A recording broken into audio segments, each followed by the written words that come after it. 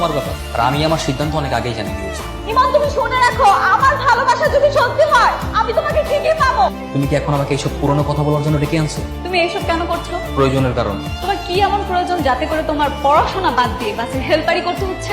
বাবা মারা যাওয়ার পর পরিবারের সমস্ত দায়িত্ব আমার উপর পড়ে। এখন আমি যদি পড়াশোনা শুরু করি না, আমার মা বোন ছোট ভাই সবাই না খেয়ে মরবে। পরিবারের বড় সন্তানদের কোনো সকালাত বলতে কিছু নাই। তুমি তো আমাকে এই কথা কখনো বলোনি। কারণ আমি আমার নিজের কষ্টের কথা কাউকে জানাতে পছন্দ করি না। তুমি না এরকম বড় বড় কথা বলা বন্ধ করো। এই সপ্তাহের ভেতরে তুমি আবার ভর্তি হবে। আমি চাই তুমি পড়াশোনা করো। তুমি সকালবেলা পড়াশোনা করবে আর রাতের বেলা তোমার ডিউটি করবে। শুধু রাতে ডিউটি করে কোনো কিছুই হবে না। তাছাড়া পড়াশোনা করতে এক্সট্রা অনেক খরচ আছে। তোমার পড়াশোনার যত খরচ লাগে সব আমি দেব।